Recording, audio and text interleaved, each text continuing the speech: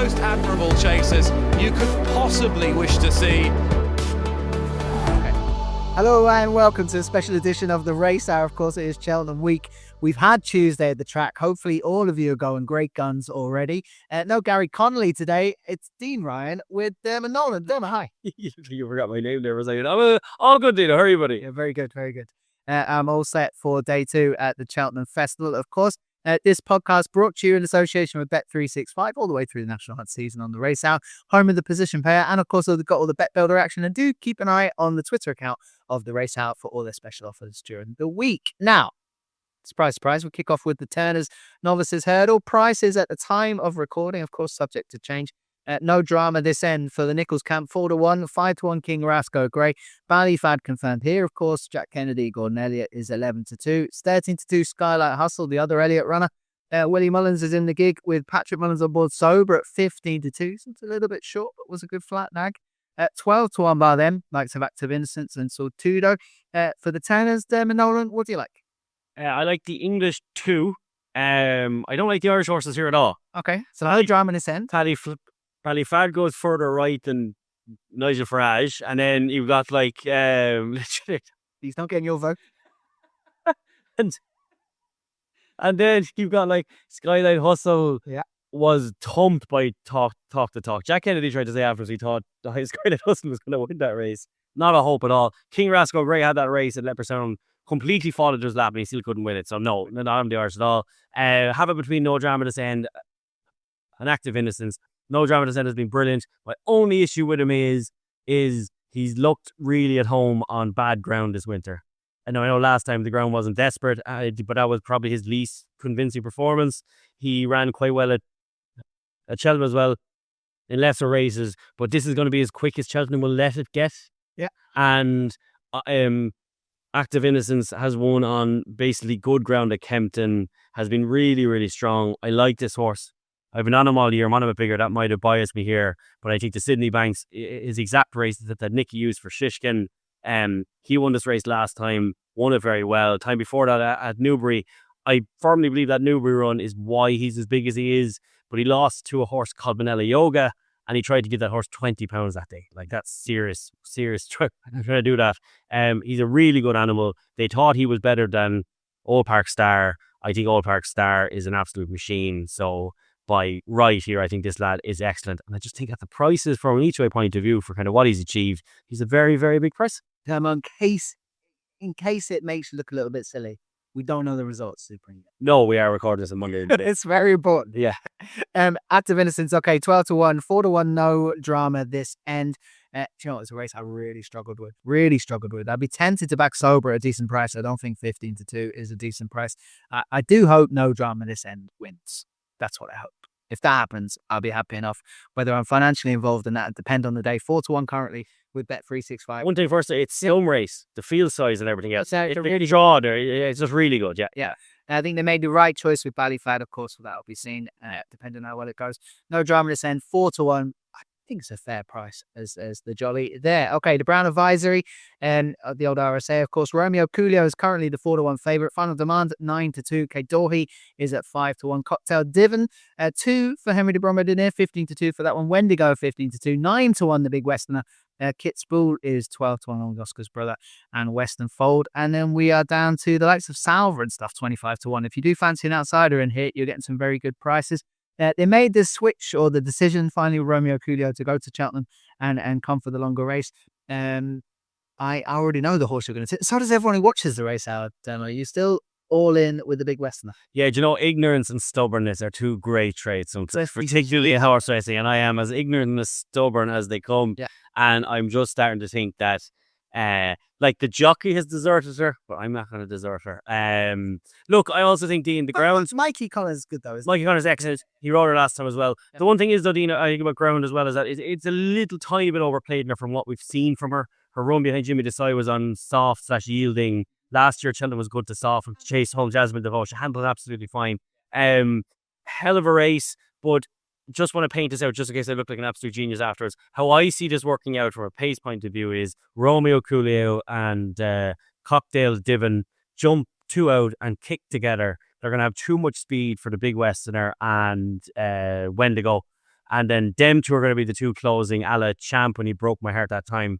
But they're going to be closing after the last. Romeo Crulio is going to be gasping for air like somebody stuck out at sea. And then same as Cocktail Dibbon, who I know he didn't stay because of the ground, but you know, that excuse never washes with me too much. A horse that doesn't stay on soft ground for me, I never stay. doesn't stay. I've never seen a horse not stay on soft. What are you waiting for to get firm? Yeah, you know, I don't get it. Like the distance, it's still the distance. Okay. It might be too basic, but I see her arriving over the top of them, and or when they go, but her, I'm going to I stick tell with. you, you're getting a better price because they're going to run the other one here. And you know, I think she'll keep drifting. She's won the club to that close to the time. She's going to be rather friendless, I think. Do you not? Obviously, gets a £7 allowance as well. And do you not feel like you have to, because of the confidence in Cocktail Dibbon, have to have a little saver there or not? I don't think I would, no. Not fair. Okay. I think they made the right choice for Romeo Crulio. I think he's a class act in the race. I think if you can back Final Demand after the last day, Braver Than Me, Kate Doherty, I don't think is good enough. Wendigo, definitely the best of what's already on the home soil for Jamie Snowden. Yeah, it's another belter though. Oh, unbelievable. Yeah, Absolutely cracker. Because even there's the outsiders in this race that you wouldn't write off, sorry.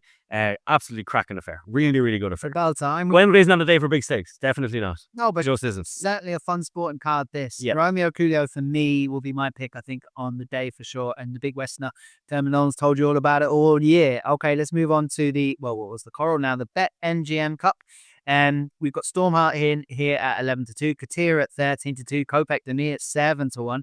Touch of the Jimmy Besoys about that one, I wouldn't know. Yeah. And the Yellow Clay, who will win, is 15-2. The money has really come since they booked Michael the Hands Keneally. Put up on this podcast by Tony Keenan at 40-1. Yeah, I'm heard this for us. Just sent him a message. No, it was all Tony's work. Of course, I've definitely joined this train later than him. I hope that wins for Tony Keenan. In fairness, 15-2 currently with Bet365. Iberico Lord at 8-1. It's 10-1 bar, but look, another absolute belter. Pick the bones out of it. I agree with that one. First of all, I didn't follow Tony either. Yeah, I think. Are you too late to the party? 15-2. No, I don't think so. Okay, Yeah. fair. Winner's a winner. 15-2 somewhere else, no, but a 15-2 winner at Cheltenham is just grand. You want it? Share it higher. It's one of the places where I'm. How do I put this without sounding like an absolute mug altogether? It's one of the places where I'm not as price sensitive. I think a winner here is worth a 4-1 winner. Cheltenham is worth an 8-1 winner somewhere else. Yeah. In my opinion. No, it is. Yeah, being there. I don't remember the being there on the track, like having 8-1 winner at Suddle tomorrow or whatever, I just be grand. Yeah, okay, I do think he'll drift a little bit from that price. I'll go tomorrow. The other one I like is definitely one for the position payout with Bet365 though, is Lucky Place. He's a horse that I just think is really good. Brian Hughes also steps in and does really well on these. Totally Henderson handicappers. That did a great brilliant start last year, yeah. But Lucky Place is a really good animal. And also, Nicky Henderson, this horse fits the profile beautifully. Jingo Blue does as well, but I think Lucky Place is a better horse. William Henry won this race of a mark of 152. Yeah. Whisper won it off 151. Yeah. Both of them arrived in the same age, same kind of issues with kind of jumping fences at the time. And this horse has met all of that. Went back over hurdles last time. That was all about experience. And I do think at 18-1 or so, he's the perfect position payout horse. And I could see where he's finished fourth. It was his fifth ever start that he finished fourth in this race. I think he has a big chance tomorrow. He can run a huge one. But Dean, I agree with you. And that it'll be one of 2 handicap wins for Micheál Keneally this week. But I won't tell you the second one till Friday. That's fine. I'm sure people check the decks. Lucky Place 18-1, 6 places, of course, for the BetMGM Cup handicap hurdle. And I'm sticking with the Yellow Clay. I'm on at a slightly bigger price. I do think 15-2 is a bit short in a race of this nature now, but I'm all over it. So fair enough. Yellow Clay hopefully does the business. Now, Favre Deschantu is 5-2 for the cross country chase. Stop tab 11-4. 4-1 Desert Morehouse. Obviously, DJ, friend of the podcast, thinks that'll win. Final orders 15-2 along with Vanillier. 14-1 bar. Will you be in the bar or will you be having a bet? We did the ACCA on the show, which is already down because Narciso has us on it. But Favre Deschantu was one I basically forced strong arms. Okay. As a supreme leader. So I got him onto it. I was awestruck with him last start. He was absolutely brilliant around here. Brilliant in the Petty Power Christmas as well. Sometimes these horses have like a Billy Barry moment where they just hit all form all around them. Like he could never win a race after the season again. You know, he seems that kind of horse. I think now is the moment with him. I get the other two. Stumptown's way too high in the weights. And Desert Morehouse was really good at Punchestown, but I like the fact that Vivari Deschamps has the Cheltenham experience. And another thing as well is that Jack Kennedy's actually really good. He's good everywhere, but he's brilliant over these fences. Remember, he broke Tiger Roll's heart. You got Jack and Keith, like the two of them are probably going to duel this out. Yeah, Desert Morehouse was brilliant at Punchestown and is on a very low mark. Yeah. But I think Vivari Deschamps will have too much for him. All right. Do you know what I'm delighted about? What? No Mr. Coffee in here, so I don't have to have a bet. It's the coffee. And the people who know me know me. Good. And I would have been back. I would have been backing him. Whatever. There's a bridge I can sell you if you want it. That's okay. Mr. Coffee will probably fall over that. All right. The champion chase. Obviously, all the big races this week off at 4:00. Majbra is odds on. 11 to 10 on. 10 to 11. Lo de Sud is 4 to 1. 5 to 1. Ilite Tom. Quilixilos is 9 to 1. It's 14 to 1. The Irish Panther. If you can hear Gary Connolly, is he there? Well, he's gutted because he was backing in for the air. I know he was, but if you want a chance to get your money back, that's in the champion chase. You never know. Found a 50 40s, 50s about Captain Guinness is 50 to 1. Oh, these horses were in the race. Saint Cigar, Liberty Hunter 66s, and Brookie for the Honeyball team is 100 to 1. Look, it's all about one horse. If he jumps, it wins, Majbra.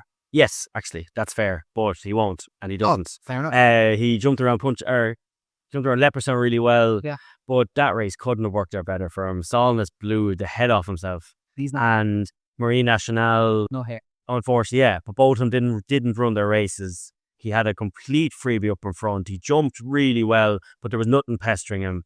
I do think the Irish Panther is going to run an absolute screamer here. I think he'll put Majbra under all sorts of pressure, and I just haven't quite decided, and I'd say it'll be a few minutes for the off. It's him or Quilixios.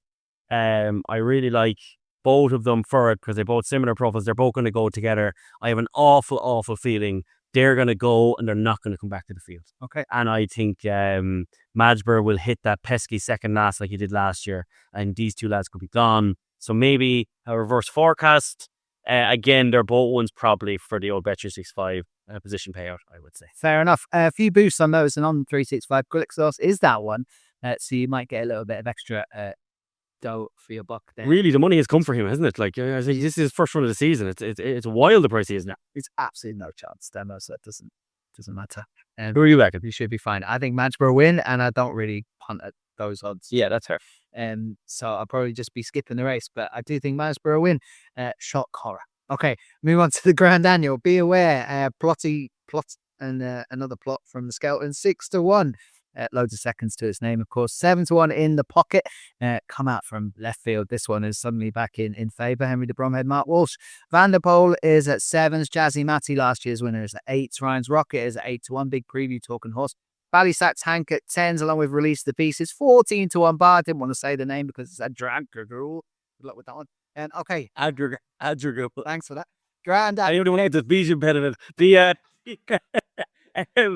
There's two I'm looking at here so far, and again, it's going to be closer to the off. I could end up backing both of them, to be honest. It's okay to back two. That's the handicaps. So, not a big deal.